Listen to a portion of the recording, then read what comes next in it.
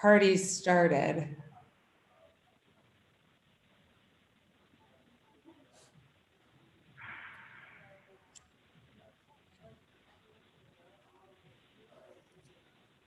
Waiting to be prompted.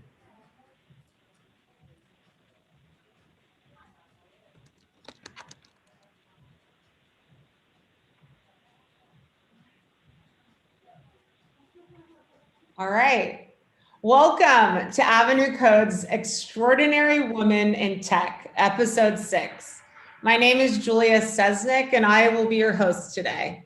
Today's topic is innovation and creativity, and we have 3 extraordinary leaders in the tech and retail industry in Canada who are going to be sharing their insights from their career and inspiring us with their words of wisdom. Our format today will be 45-minute discussion followed by a 15-minute Q&A with the audience. So let's get started. It's an honor to present to you our panelists today.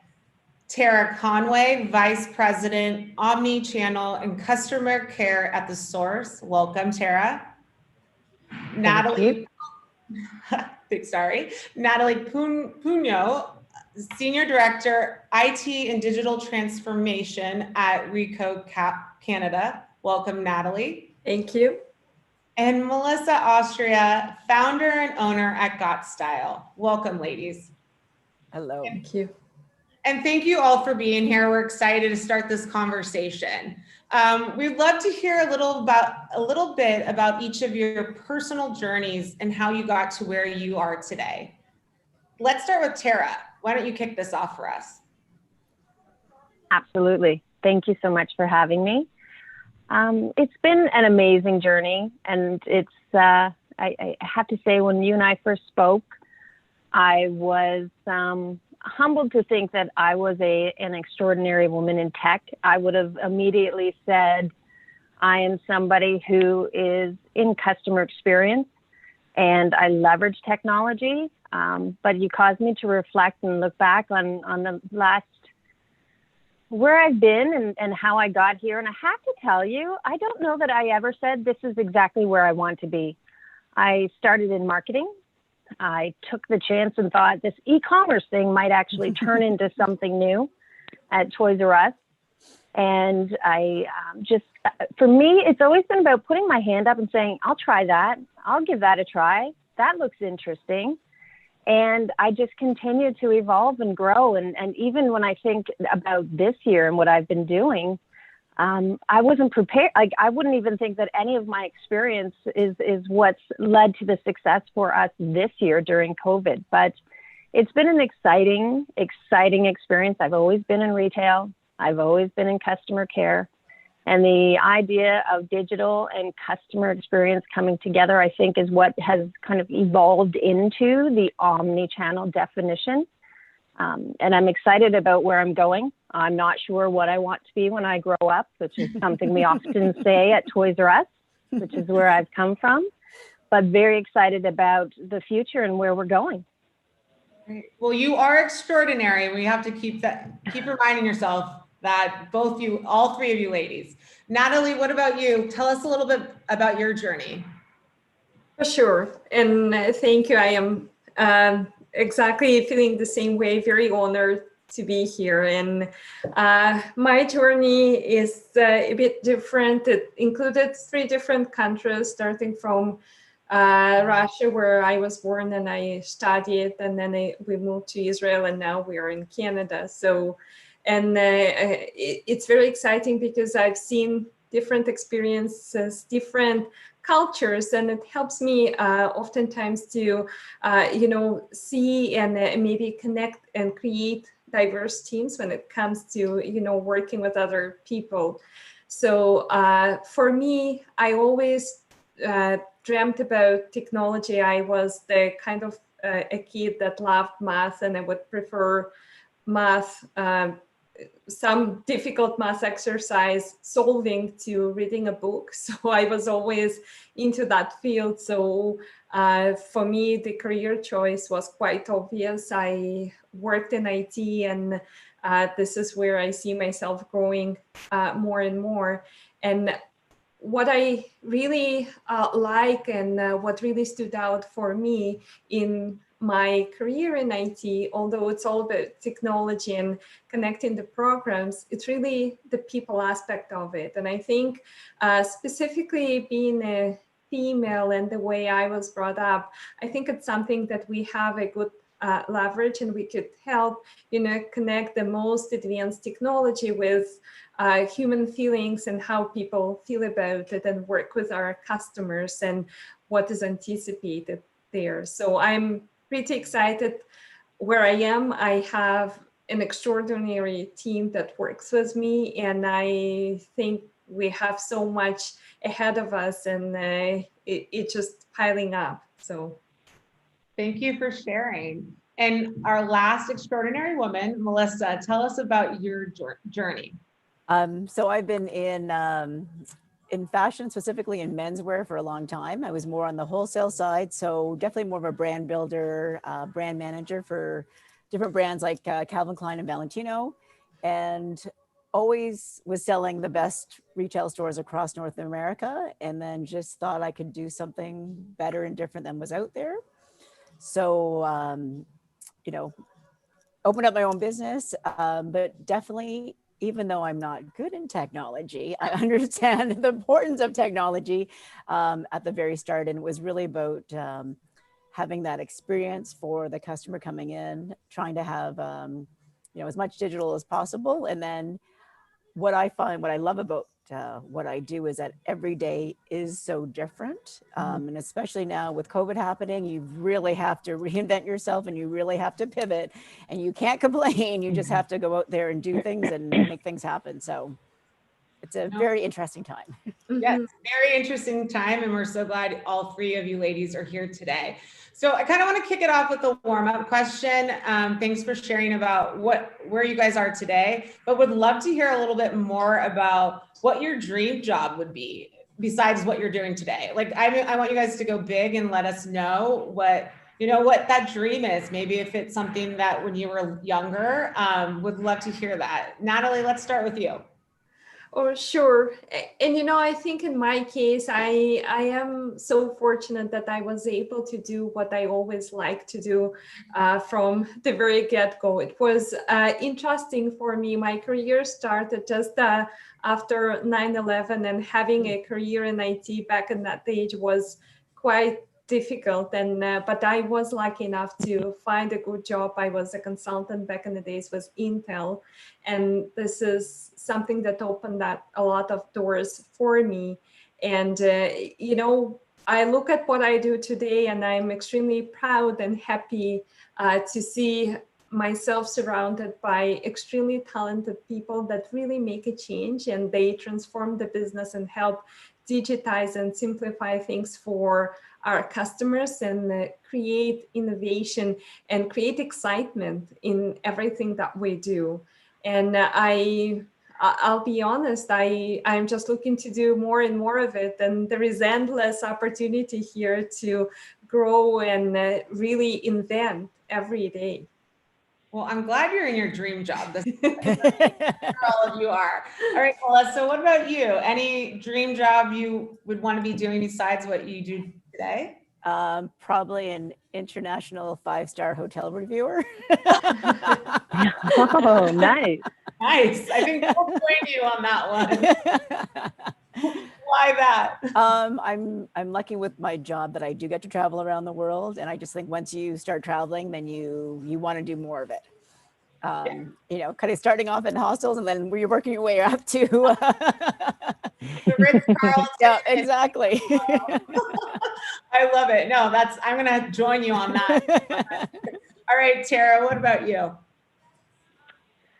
Well, I have such an incredible job, which gives me so much opportunity, but I also have a side gig, and it's been the job I've always wanted to do. And about 15 years ago, I became a certified dog trainer, and I train on the weekends, and I trained at night, and I always did it. When I think about what was able to get me through some of the stressful times in my career and in my life, the idea that I always had this to fall back on with engaging and training dogs. And I have 3 of my own. So when I say it's my side gig, it is my side gig.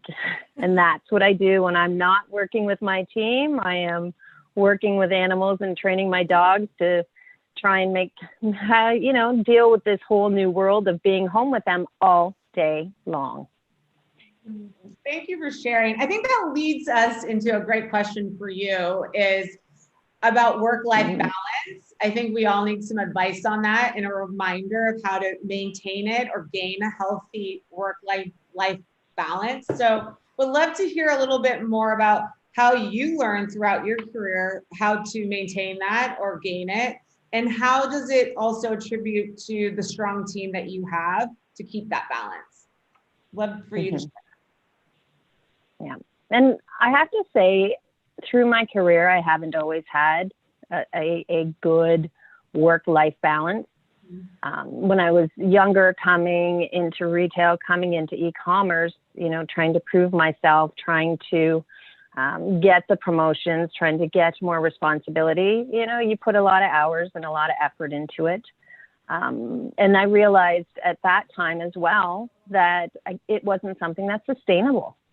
And I think one of the most important things that people have to do is define work-life balance for themselves. It is not just the 9 to 5, take the hour off, don't work weekends. I have a lot of different people on my team who, want to spend the morning with their kids. They want to spend lunch with their kids. And for them, that might mean working at night or on the weekends. So I think the best thing is for each individual to define what is work-life balance for them and what gives them balance. And for me, anyone who knows me, it is my dogs. And then on the flip side, and I think even this year is so important, having an incredible team around you. And I've had the amazing luxury of being able to handpick my entire leadership team. And they are people who, on paper, maybe didn't have the experience, but they are people who have the attitude, and they are people who I trust and I believe in. And they're people that, I didn't hire them planning for COVID, but they are the people that were adaptable, flexible, the ones that are willing to take risks. And it has been so important for me this year because I have 150% trust in them, that they're as committed to me and success. They're as willing as I am to try something and fail and then move on and try something new. And I think that's what anyone who's had success this year has, that mentality going into it. So for me, I can sleep at night because I know I probably have one of the strongest teams in retail. Nice. Guaranteed. Natalie or Melissa, do you guys want to chime in on work-life balance for you guys? For sure, I could go first. So first of all, I would laugh that I'm still trying to figure it out, right? Being a mom for 3 and a wife, it's a challenge, and I'm still figuring it out. But I think what really works for me, and I would echo what Tara said, is really having the support. And support for me includes the team and the people that I work with. And I echo the whole trust component because it's important, and you cannot really work in your full capacity if you can't trust people around you. So it's absolutely important. And I would also add to it, for me, the way it works is an ability to ask for help, right? And it goes not only at work, at home as well, right? I have an extraordinary husband who is ready to step up when I need his help, right? And, and that's okay to say to the kids, guys, today is the day where we don't have a dinner. How about we'll figure something out and let's do something because mommy is busy, right? And you have fun with it. So it's really asking for help and seeking and reaching out. What about you, Melissa? I think sometimes as an entrepreneur, you don't really have, it's not that you don't have work-life balance, but you're always thinking about work. So, when I go home at the end of the day, I'm usually working on like another little side project that I don't have time to do during the day, but I enjoy doing it. So I'll spend the hours to do, graphic design, work on marketing stuff. So but it doesn't really feel like work because it's a new, creative outlet that you're doing. So yeah, That's so I probably have to work on it. Thank you for all the advice. I think one of the big things is also asking for help. I don't think we all know how to do that. No. We want to do everything, right? Yeah. So it is easier, and having that strong team and the support to maintain a great work-life balance. But if you're enjoying your job, then you may not need it. So I think inspiration is also something that comes into each of our careers of where we are today. So I want to kind of touch upon inspiration for where you guys have been. Natalie, I'm going to start with you. In the Women of Influence article, you mentioned your dad's advice, and which I love it. When you were young, your dad said, because you were a girl, you could do more than he could. You could do what boys could do and then some. He never let you settle. How have you used your dad's words to inspire you in your career as a woman in tech? But also, what advice are you giving women who are just starting off their careers in the tech industry?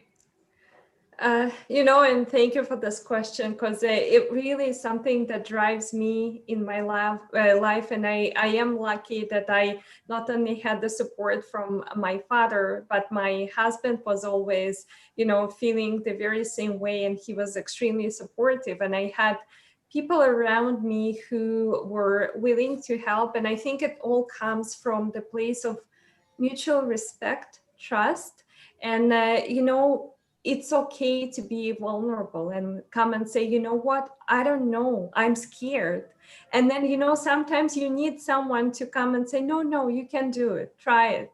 And, just being yourself, being honest, and connect to people around you. And there will always be someone who will give you a shoulder and who will back you up, right? So it's just being open about it. Don't try to deal with all of it yourself. And sometimes you need to be okay with not being perfect, always perfect as you want it to be. And I think this is what takes each one of us places. And one thing that I would probably say as a piece of advice, definitely to my daughter and, young female out there, is reach out, never hesitate. And, if you don't feel that you're 100% qualified, that's fine. Just try it out and be honest and say, you know what, I don't have 100% qualifications, but I'm willing to try, and I'm super excited, right? And you would see that at the end of the day, with the right support, you'll get even far beyond than anyone expected. Thank you for sharing. I think your dad's an inspiration to all of us too. So thank him. Melissa, what about you? I mean, as an entrepreneur and starting off your own business, what inspired you to be where you are today? I think it was the belief that I could do it better. It was sort of, when I started, menswear was, kind of low end or high end, and there wasn't really anything in the in between, and there wasn't anything experiential when it came to retail. So I just kind of saw how things were changing and wanted to be the first one to do it. So we were the first ones to have like a barber shop in a retail store. We actually, when we first opened, we had a full spa for men. We had, a lounge, we had TV screens, we had a DJ booth. We really went all out. And it's just, I think when you have that retail mentality, it's all about creating that customer experience. And for me, it was more, I can do this and do it better. So your advice is we can do it better. Yep. Yeah. Okay. I love it. Kara, I feel like this is touched upon you. You've always like raising your hand to always do more. What's inspired you to have that mentality of I need to do more and take on more responsibility? Well, and Natalie, I love your dad's story. I realized a few years ago, I always said, anytime anybody asked me to do something, I'm like, how hard can that be? And I realized over the years, and then I would hear it from my mom, and I'm like, oh, that's where I got it. I totally picked that up from you. How hard could it be? And I think that's always the mentality of which I go into everything that I do. I mean, truly, what is the worst that can happen? Well, you know, I've crashed the website a couple times. Let me tell you, I've done some things that I certainly won't repeat and have learned from. But I think for me, it is just every time I achieve something, I'm like, well, that wasn't that difficult. I'm going to try something else. And when we think about inspiration now, I remember, you know, I think I've worked so hard to get where I'm at. And I've had so many fantastic people in front of me that have opened up doors and given me opportunity. And over the last few years, my inspiration has actually changed. And it's no longer about what doors are opening for me. I now turn and I look at my team, and when I watch their success, I literally, I said to them last week, they were presenting and doing something. And I said, could you physically pass out from pride? Because I think I might right now. And I find that actually more inspiring than any success that I can have. It's watching these people around me that are just shining and doing fantastic things. No, that's great. Thank you all. You guys are all inspiring to me. I feel like, well, we're all going to leave this and go do something better, right? Than it's someone else. Which goes into Melissa. Better, kind of your model is you could do it better. Working from home is the new norm for companies during COVID. And, you know, Got Style's motto, I think, is dress better, do better. To your customers and, you know, to everyone is, so not getting dressed to go into the office. You know, today I got dressed, not in my workout gear, not wearing black as Melissa had suggested. So how are you changing that for your customers who aren't wearing a suit to work every day, or maybe like doesn't feel inspired to get dressed for the job and having their Zoom camera off? And how also has your customer experience changed for you guys, those who aren't going into the office, going into your store, or going into the office? Definitely. Thankfully, we started to pivot a little bit last season, going more into more comfort and style. So as a guy, you can wear a blazer, but it's not going to be in a stiff fabric. It's going to be in a jersey blazer that feels like a sweatshirt. So it's really about educating guys that you can be comfortable, but you can still look good.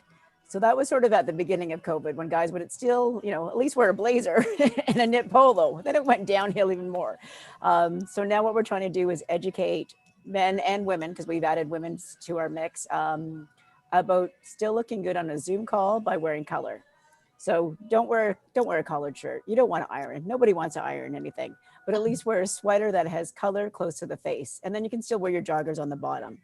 So it's just you know, educating about elevating your casual style, because I do think a lot of men and women have casual clothes, but they're you know, university sweatshirt that they've been wearing for 10, 15 years. So just upgrade your casual cozy stuff. Try to have a little bit of color. And then of course the experience has to change because people aren't leaving their house. They're, you know, they don't want to go into a store. Women are definitely shopping online more. And we've seen obviously that big shift. A lot of online businesses are, you know, doubling and tripling. But we find for us, our guys, while they do shop online, they're only replacing. And if we want to sell outfits, we still need to give that high touch service. So we're really pushing more the virtual aspect, where you make an appointment, you've got a virtual stylist. So one of us that walks around the store with you and puts together clothes for you and then sends them to your house same day. You keep what you like, and then what you don't like, we pick up and bring back to the store. So try to make it as seamless as possible to break away those barriers when it comes to online shopping. How has that experience worked out with your customers? Are they, you know, it's something new. I think new is something hard to always adapt. I'd love to hear a little bit more about them adapting to this new style of shopping. Well, it's so funny because we actually tried to launch this 8 years ago. We called it Skype shopping. It did not work out because nobody was used to that. So with what happened with COVID, all of a sudden everyone's doing video calls. So they're more used now to having somebody, you know, in their home on their computer. So probably within the first month, we definitely noticed a changeover that people were comfortable with doing a video call with us because they were doing video calls with their team and in sales like 6 or 7 hours a day. So the comfort level adapted pretty quickly. That's great. I feel like I need to, I'll be using your service. Amazing. So this is a group question. I would love to hear all of your feedback on this. With COVID-19, you guys have seen an impact on business. How have you guys been creative with motivating your team with the challenges you face due to the virus to continue to drive the success of your business? So Tara, why don't you touch upon this? I think that for us, it has when COVID hit and we were closing our retail stores in Canada, I looked at the team and I said, well, we're about to do some Q4 numbers again. Hope you're ready. And it was great for the first, I would say 8 weeks, 12 weeks, but to try and maintain Q4 numbers in March and April and May without, seeing that this could end in any time soon. You could certainly start to see it wear on the team. And for us, it was more about keeping people connected. A lot of celebrations. No, I mean, they could be incredibly minor celebrations, but we celebrated a ton of thank yous. Within our teams, we have it's called the Omnichannel Awesomeness Award.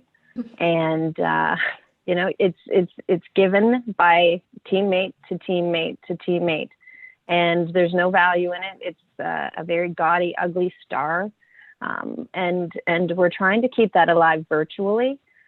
A lot of video, a lot of that connection where you can see people, because you often lose so much in text and lose so much in email, but that connection is important for people so you can pick up on some cues.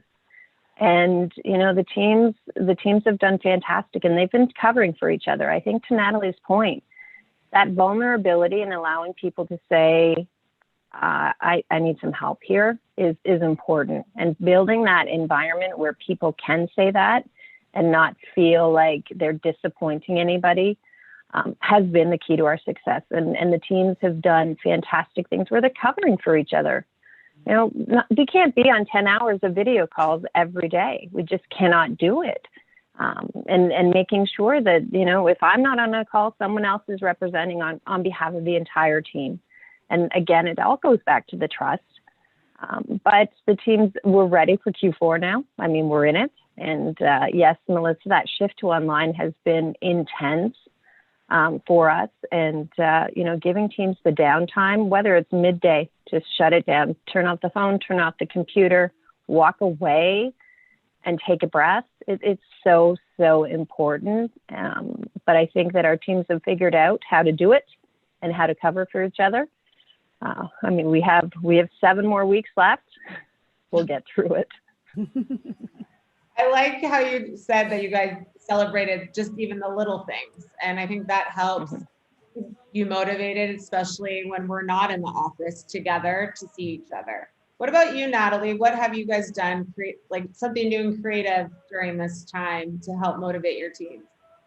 So for us, first of all, being in IT and specifically in digital transformation, COVID was probably the biggest accelerator of doing everything we planned to do for the long period of time. So there was no longer a question of why we need to do that. There was a question of how fast can we get it done, right? So, which obviously for us created a lot of excitement and success along the way, because we were able to move our company into really fully virtual execution mode within overnight, in effect. And it was very seamless because of the great work that the team did behind the scenes. And just to make sure, because the team is quite big and we all worked closely together and we were reliant on each other, and we loved to communicate. Often we would go lunches, we will have stand-up meetings in the morning. So with all of it becoming virtual, it was a little bit of an adjustment time. And then we came up with a number of really virtual rituals that we go as an example. We meet weekly and we just spend time talking about small things that are not job related, right? 2 minutes each. And it's important. And it's funny that we even feel now that we're 8 months, 9 months into it, we feel way more connected with each other. Now, suddenly, whether you like it or not, you get to know your kids because they suddenly walk into your camera when you talk, right? And it's fun. It creates, if you work it and you make it fun, and again, people trust each other because obviously trust is an important component here. It creates a lot of fun moments and fun memories that everyone shares. And I'll go back to what Tara said. We are probably communicating way more than we used to before, because even if you go with your video conferencing, you still don't have, and you don't see the full body language. It's still not the same, right? So you need to make sure that you get the feedback, people see what you're really trying to say. So we're communicating more often. And I would say it is one of the things that have changed for us. But other than that, we are in a perfect field and perfect industry to go through COVID because we are in the heart of digital transformation. Thank you. No, communication is very big. We're communicating more. And we're also seeing everyone's background in Exactly. good one, right? So Melissa, what about you? I mean, you've been, COVID's probably impacted you probably the most with closing down stores and stuff, but would love to hear a little bit more about how you got creative. I mean, the virtual shopping experience is amazing, but what else have you done? Couple things. One of the things was really giving my team the power to, because we need to create as much content as possible. Like we definitely need it on everything. We're redoing our website right now. And then the team is definitely coming up with great ideas for different content. So they're, doing the reels, doing the TikTok, but something that's specific to them, which is great. So they're feeling a little bit more empowered that we're trying to build their own brand individually, and that's something that we're adding onto the site, that we want to push them as being sort of the stylists and the stars of the store. And then another thing that we did is we've got a great space. We've got 7,000 square feet at our distillery store. So what else can we do with this space? So we launched. We had to put it on hold right now because we're back to stage 2 or 3. But we were doing private dining and shopping at the store. So for your bubble of 10, you come in, private dinner. We've got a chef that does a 4-course meal. It's just people that you've been socializing with, like your team or your family. And you get the store to yourself to eat, drink, and be merry. That sounds like fun. I wish we could all go there right now. I'm in. So Melissa, I'm going to stick with you. I want to talk about some risks that you've taken through your career and starting your own business. What are some of the risks you've taken that have been positive, and those that you may have failed and that you've learned from? Would love to hear a little bit more about that. I definitely think as women, sometimes, like we're saying, we don't ask for help. So when I, started out, probably should have had a lawyer look at my lease agreement, things like that. So I do think that as a female entrepreneur, I think you tend to self-isolate a little bit and not ask for help because you want to prove that you can do it all by yourself. So that's definitely one of the mistakes that I did, was not maybe having a network of people to bounce ideas off of.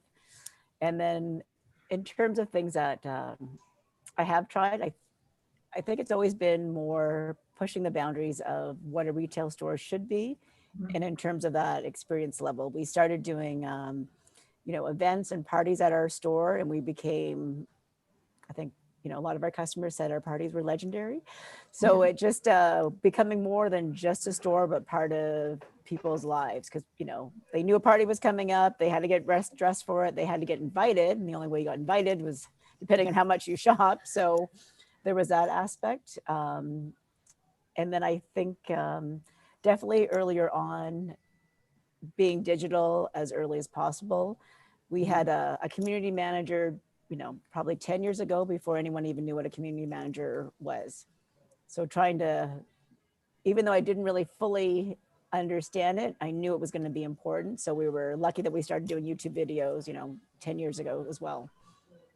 You're ahead of the game, right? Yep. Let's continue talking about risks that we've taken in our careers and with your teams.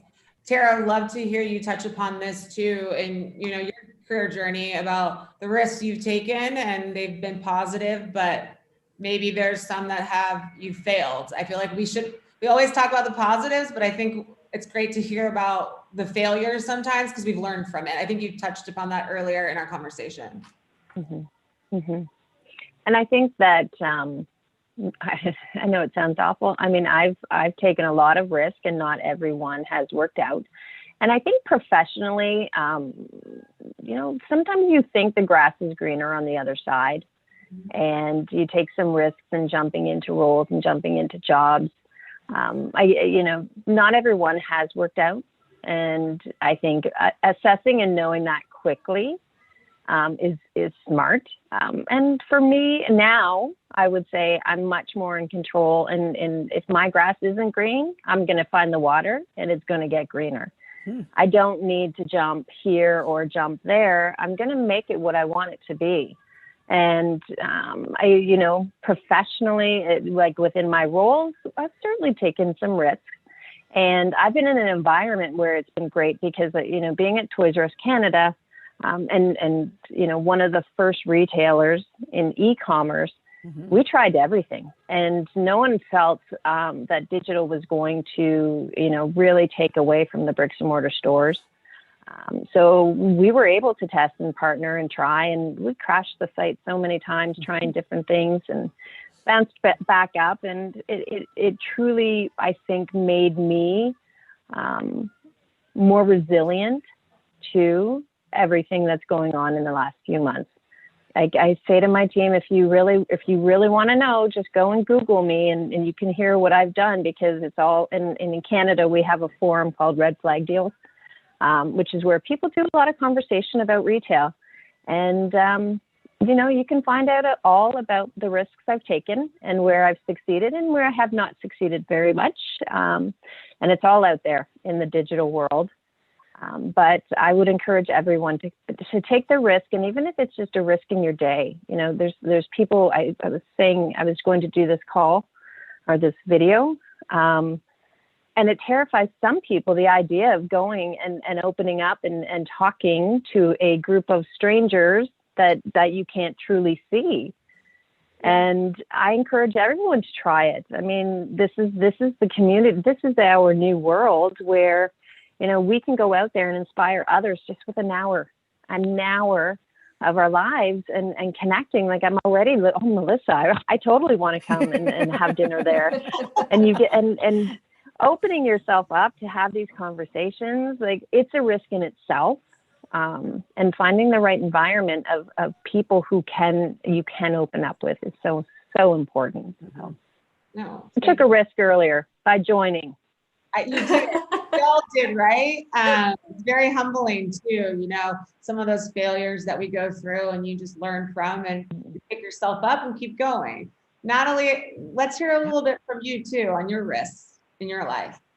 Oh, for sure. Thank you. And, for me, obviously being in technology world, you have to deal with risk on a daily basis, right? There are things that you would try, and some will work and some won't. And when I look at the way of, dealing with risk, is I always go for, and I do have a couple of people that create good examples for me. Someone like Steve Jobs or Jeff Bezos, who would say that, majority of our decisions are reversible. We just need to be agile, and we need to be able to pivot when, the result is not coming up exactly the way we need to. It's just, be in the environment, make sure that you're at the place where you could take the risk and you could fail. And the bigger thing is what you do with this failure. And if it's something that you learn from, you would go and you would do the very similar thing the next day. And this is more importantly for me now, is to make sure that my team feels comfortable taking a risk every day, right? And they know that they have my back and they have their team members back on, doing things and failing, because we will all be failing certain things, right? And we need to be comfortable with that. No, thank you. I want to talk about a risk maybe that you've taken, Natalie.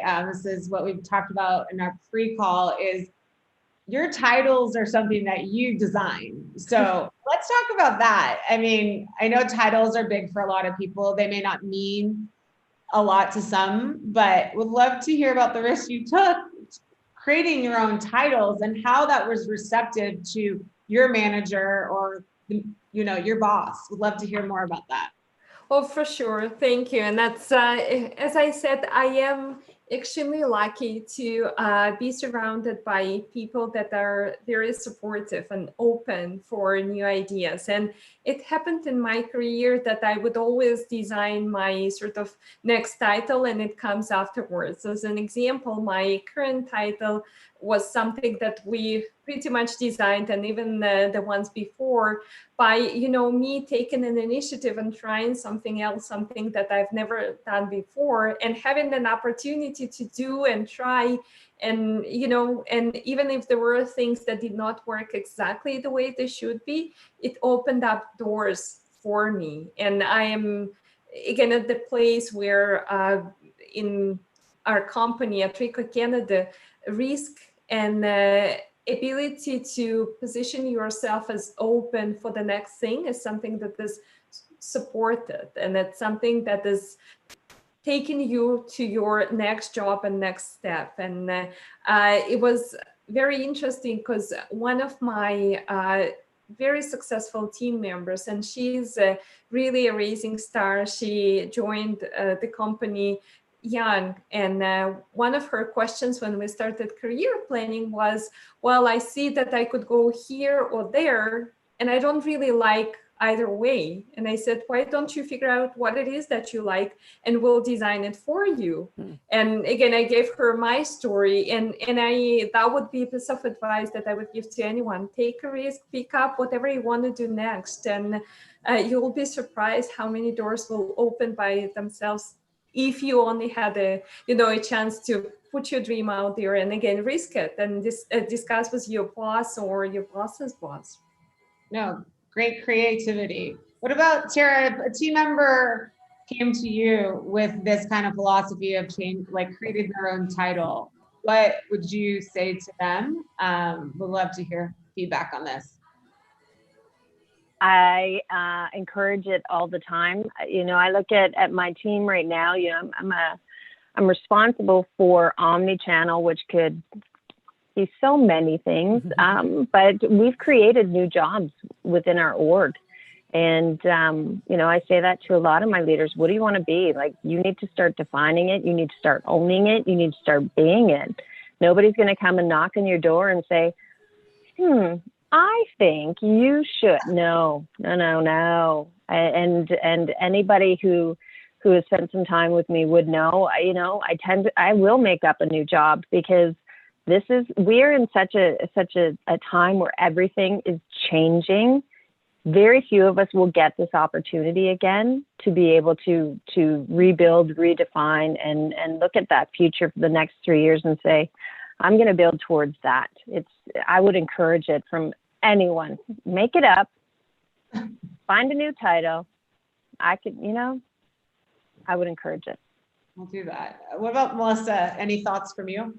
No, I totally agree. I think there's so many standardized levels in retail, but it's more interesting if you want to be the customer service manager as opposed to the store manager. If you want to be in charge of, digital experiences, we definitely encourage those little niches within the store. No, thank you. All right, ladies, we're into our Q&A from the audience. So you guys ready for your first question? Manuela, with all the unprecedented challenges we had in 2020, are you changing the way your team plans for 2021? So let's go with Tara. You want me to repeat that? No, we are absolutely changing. Through June, July, and August, we were doing Future Fridays. And it was truly just that. We were looking at, we've been through a few months. We know that, the digital world is going to evolve even faster. The people that weren't truly into online shopping have been forced into it, and we have an entirely new opportunity. And when we look at digital retail, my thought, and I think, Melissa, you are defining it fantastically. Bringing digital and bringing technology into our physical stores is going to be key to retail. And we are absolutely changing how we're building the business, what we're investing in, and, changing and shifting our strategies to get into, it is not just about online and store. It truly is about that back and forth, and how do we leverage the amazing digital experience, and how do we bring that to life in the store if we can't be touching and browsing and interacting?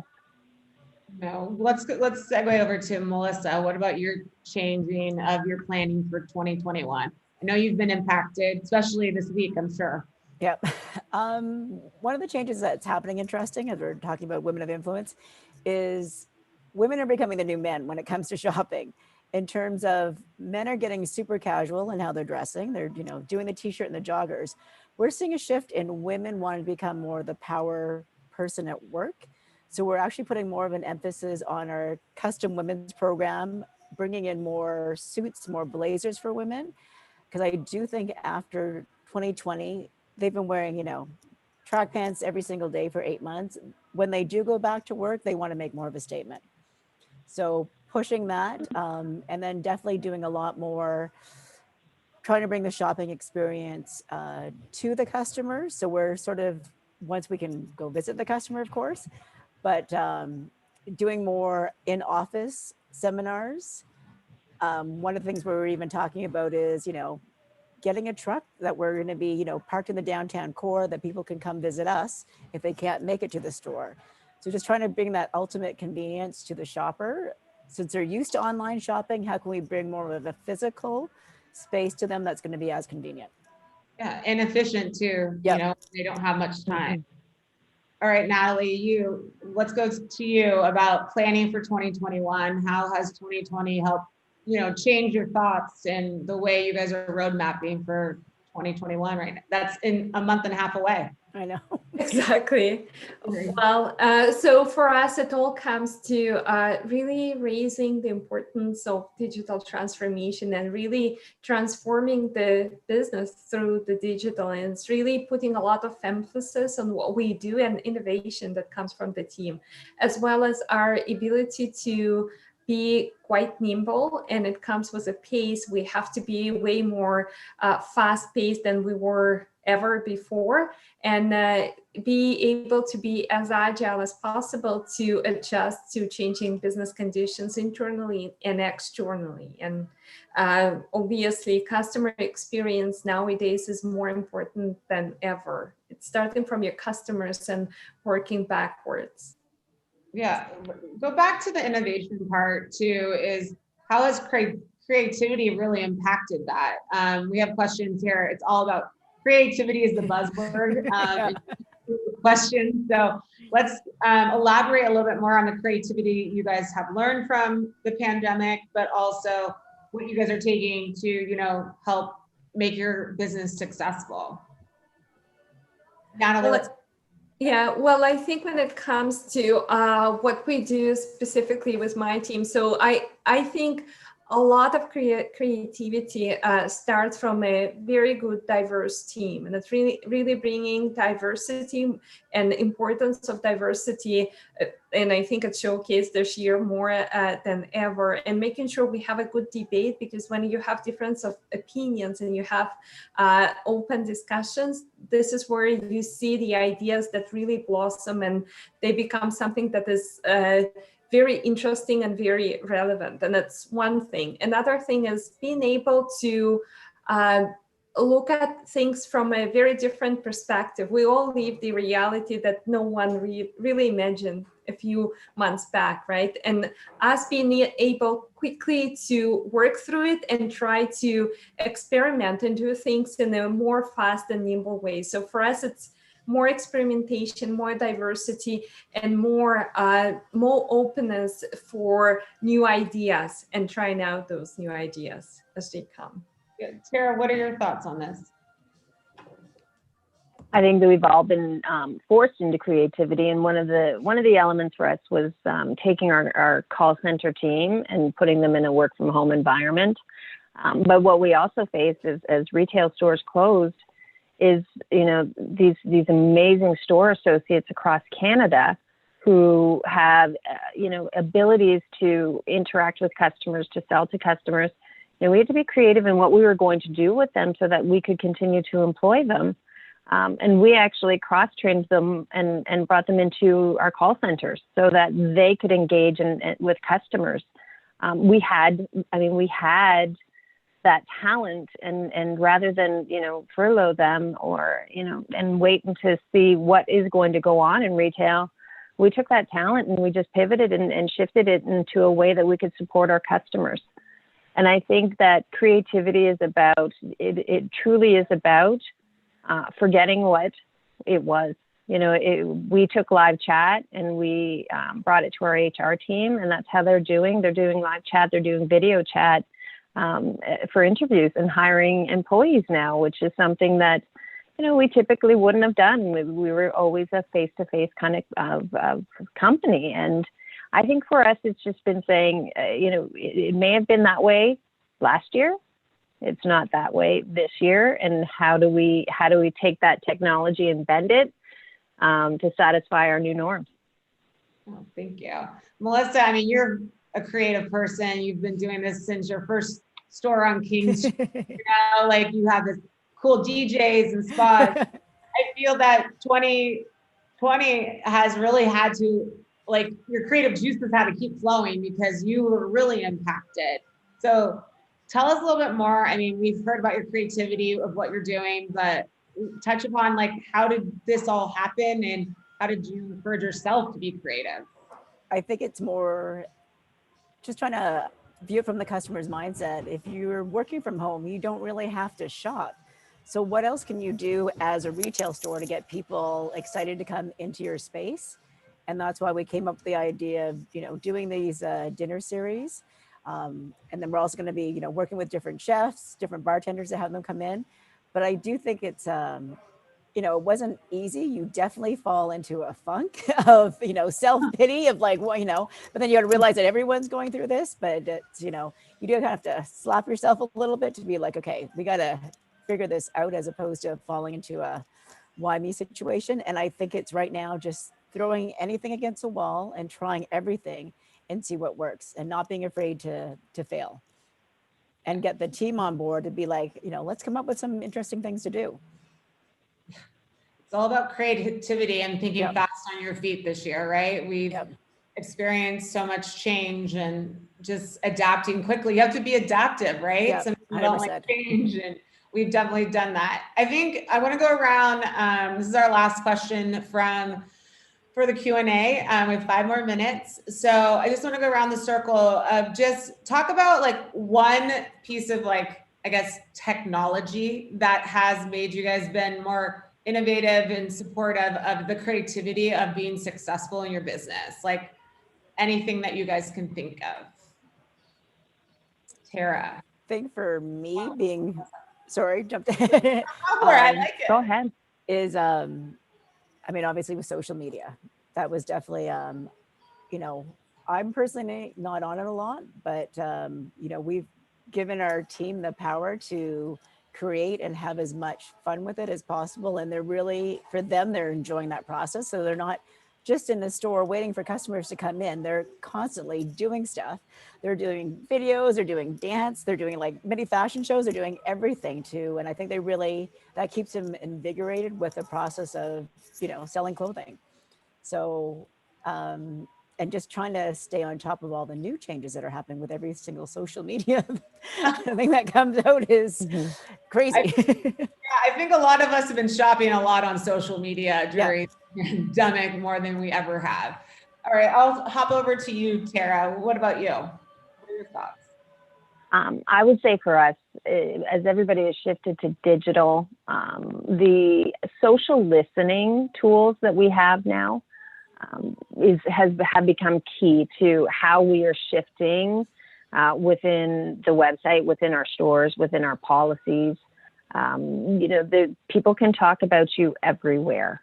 And in social platforms, in forums, we focus every morning, our entire executive team, well, some of them stay up late at night and they read it at night. Every morning for me, we read all of our customer reviews.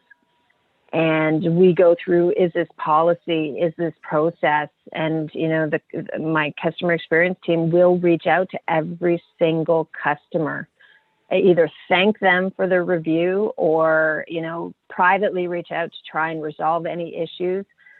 But there's an openness in listening to our customers now because we didn't have that face-to-face for so many months. And just how do we react and change? What is going on out there that we can take to our teams in the stores, take to our teams in marketing and react and respond? That has been key for us. Yeah, we have to react quickly, huh? Within a short amount of time, that we've been doing that here at Avenue Code as well. Natalie, what are your last thoughts on this? So for me, we live and breathe technology every day, and maybe most recently, what really is standing out is the whole area of artificial intelligence, AI, and specifically machine learning, and getting customer experience and everything we do to the point where we could be more predictive and prescriptive in the way we do, and taking it to the whole new level of from a very ordinary experience to something that could be way more exciting and cooler. This is what stands out the most. Thank you. Ladies, thank you so much for sharing. I've had the most amazing hour of my day today. Thank you. So on behalf of Avenue Code, Tara, Natalie, Melissa, thank you for joining today. And thanks to our audience for participation and being here. Really love meeting all three of you ladies. You guys are all extraordinary, and I hope you guys go off today and have a great rest of your evening. But thank you for connecting, and we hope to see everyone on our next episode of Extraordinary Women in Tech. So thanks, everyone. Have a great rest of the day. And thank you so much. Thank you. Appreciate it. Bye-bye. Bye. Thanks.